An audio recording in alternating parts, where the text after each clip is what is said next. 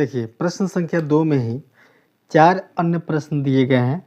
4 प्रश्न दिए गए हैं छोटे छोटे भागों में, और ये प्रश्न क्या कह रहे हैं कि सबसे बड़ा अंक कौन सा है, सबसे छोटा अंक कौन सा है। ठीक है, तो हमें ज्ञात करना है सबसे बड़ा अंक कौन सा है।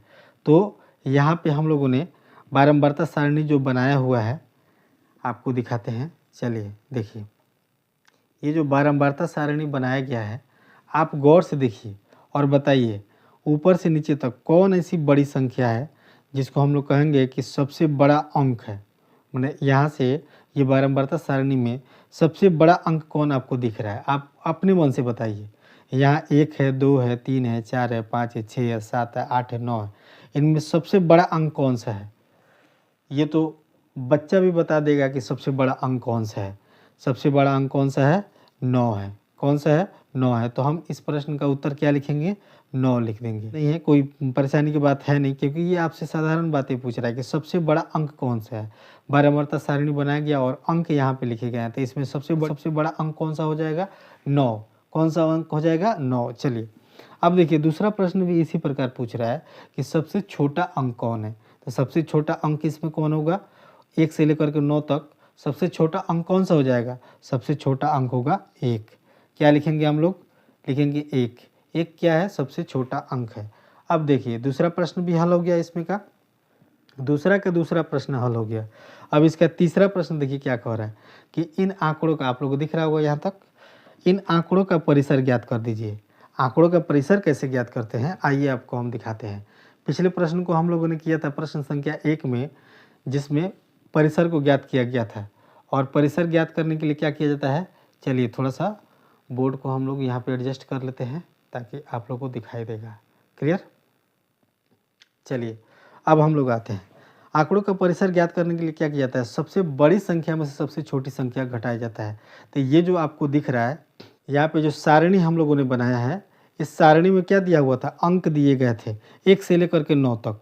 1 से लेकर के 9 तक सारणी दिए गए थे। तो सबसे बड़ी संख्या उसमें क्या होगी? 9, और सबसे छोटी संख्या क्या होगी? 1। तो क्या करेंगे हम? 9 में से 1 को घटा लेंगे तो हमारा परिसर आ जाएगा। क्या होगा? परिसर निकालने के लिए हम लोग क्या करते हैं? सबसे बड़ी संख्या में से सबसे छोटी संख्या को क्या करते हैं? घटा देते हैं। बात समझ में आ गई? तो सबसे बड़ी संख्या क्या है? 9 है, और 9 में से सबसे छोटी संख्या क्या करेंगे? घटा देंगे। 1 को घटाएंगे तो हमारा परिसर निकल जाएगा। 9 में से 1 घटेगा तो क्या आ जाएगा? 8। 8 हमारा क्या है? इन आंकड़ों का परिसर है। क्या है? ये जो सारणी दिए गए हैं, इस सारणी वाले आंकड़ों का परिसर क्या आ जाएगा? 8 आ जाएगा। बात समझ में आ गई आप लोग को? चलिए अब देखिए आपसे चौथा प्रश्न इसका क्या कह रहा है। चौथा प्रश्न आप लोग को दिख रहा होगा।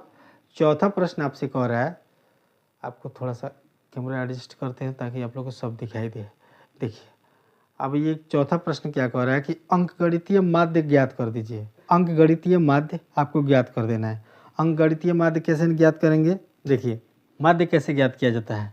माध्य ज्ञात किया जाता है, जो भी आंकड़े दिए जाते हैं उन आंकड़ों को पहले असेंडिंग ऑर्डर यानी बढ़ते क्रम में उसको हम लोग लिखते हैं। उसके बाद उन सभी संख्याओं को जोड़कर, जितने सारे आंकड़े दिए जाते हैं उन सभी संख्याओं को जोड़कर, और जितना अंक रहता है उतना ही से उसमें भाग दे दिया जाता है। चलिए हम आपको दिखाते हैं। देखिए यहाँ पे आपको दिख रहा होगा इस प्रश्न के अंक दिए गए हैं, जिसके लिए एक सारणी बना दिया गया है। क्या बनाया गया? एक सारणी बनाया गया है।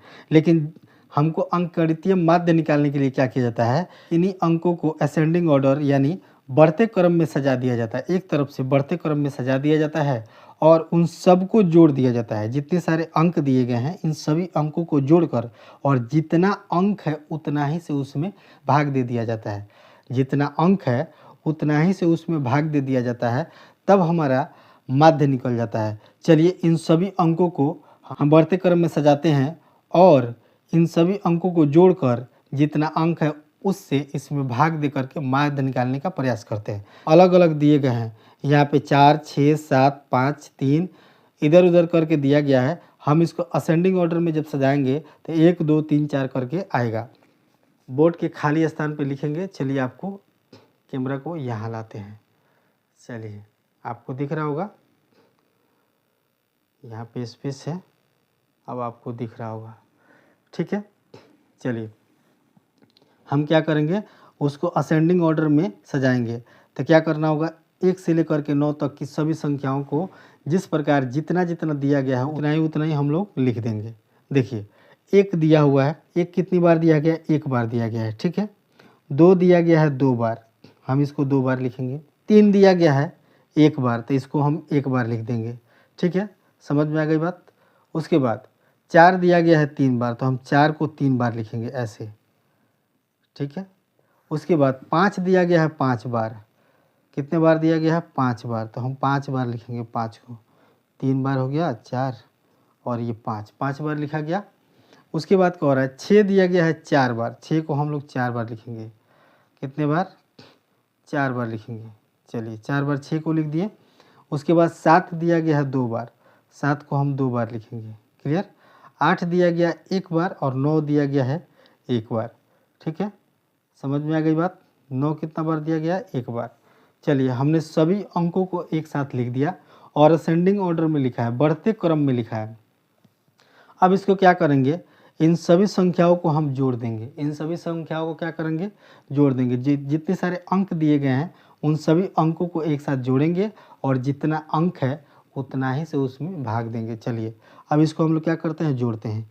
1 + 2 + 2 + 3 + 4 + 4 + 4 + 5 + 5 + 5। इसी प्रकार सभी संख्याओं को एक एक करके अच्छे ढंग से लिख लेंगे और फिर सभी को जोड़ेंगे। काउंट करेंगे हम लोग।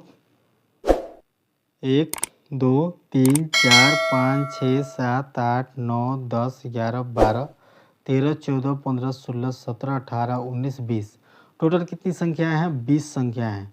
नीचे क्या लिखेंगे, 20, और इन सब को जोड़ देंगे हम लोग। इन सब को जोड़ेंगे तो 1 और 2 3, 3 और 2 5, 5 3 8, 8 4 12, 12 4 16, 16 4 20, 20 5 25, 25 5 30, 30 और 5 35, 35 और 5 40, 40 5 45, 45 और 6 51, 51 6 57, 57 और 6 63, 63 और 6 63 और 6 69, 69 और 7 70 और 6 76, 76 और 7 हो जाएगा 83, 83 और 8 83, 83 और 7 हो जाएगा 90 और 1 91, 91 और 9 कितना हो जाएगा, 100। कितना हो जाएगा, 100। सबको जोड़ेंगे तो आ जाएगा 100 और बट्टे में कितना है, 20। 20 से इसमें भाग देंगे तो 20 25 100 कितने मर्त में जाएगा, 5 मर्त में। तो क्या आ गया उत्तर हमारा, 5। 5 हमारा क्या है, 5। प्रश्न संख्या 4 में क्या कर रहा है, माध्य ज्ञात करने के लिए। तो 5 जो है, जो अंक दिए गए हैं उन अंकों का माध्य है 5। कितना है, माध्य है 5। इस प्रकार प्रश्न संख्या 2 सभी भाग हल होते हैं। अब हम लोग चलेंगे प्रश्न संख्या 3 की तरफ।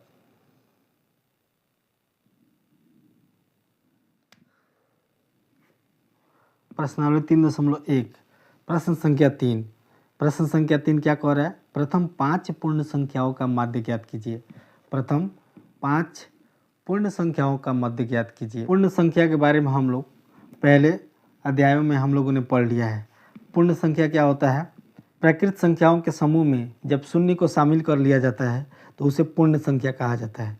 जैसे 1 2 3 4 5 6, जैसे 1 2 3 4 5 6 इत्यादि इन्फिनाइट तक, ये सारे क्या है, प्राकृत संख्या हैं। इन प्राकृत संख्याओं के समूह में जब शून्य को भी सम्मिलित कर लिया जाता है तब इसे पूर्ण संख्या कहा जाता है। क्या कहा जाता है, पूर्ण संख्या कहा जाता है। क्लियर, आप लोग को समझ में आ गया होगा।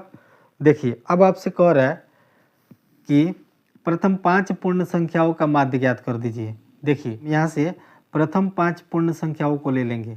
पहला पूर्ण संख्या क्या हो जाएगा, 0, दूसरा पूर्ण संख्या 1, तीसरा पूर्ण संख्या 2 और चौथा पूर्ण संख्या 3 और पांचवा पूर्ण संख्या हो जाएगा 4। अब इन्हीं 5 पूर्ण संख्याओं का माध्य हमें ज्ञात करना है। क्लियर, और माध्य ज्ञात करने के लिए क्या करना पड़ता है, सभी संख्याओं को असेंडिंग ऑर्डर में लिखते हैं और जितनी संख्या होती है उन सभी असेंडिंग ऑर्डर में सजे हुए संख्याओं को जोड़कर उससे भाग दे दिया जाता है। ठीक है, तो पहले कह रहा है हमें प्रथम 5 पूर्ण संख्या लेना है। तो प्रथम 5 पूर्ण संख्या क्या होगा, 0 1 2 3 4, 5 पूर्ण संख्या हो गया। अब इन संख्याओं को हम क्या करेंगे, जोड़ देंगे। इन संख्याओं को क्या करना होगा, जोड़ देंगे, ठीक है।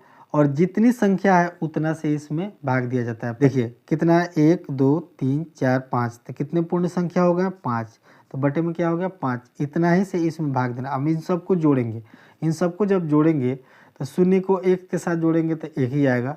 1 और 2 3 और 3 6, 6 और 4 10, कितना हो गया, 10, और बटा में कितना है, 5। तो 5 से ये 10 में भाग लगाएंगे कितने मर्त में, 2 मर्त में, क्या आएगा, 2। यानी प्रथम 5 पूर्ण संख्याओं का माध्य क्या हो गया, 2। चलिए इस प्रकार प्रश्न संख्या 3 समाप्त होता है। प्रश्न संख्या 4 की तरफ चलेंगे हम।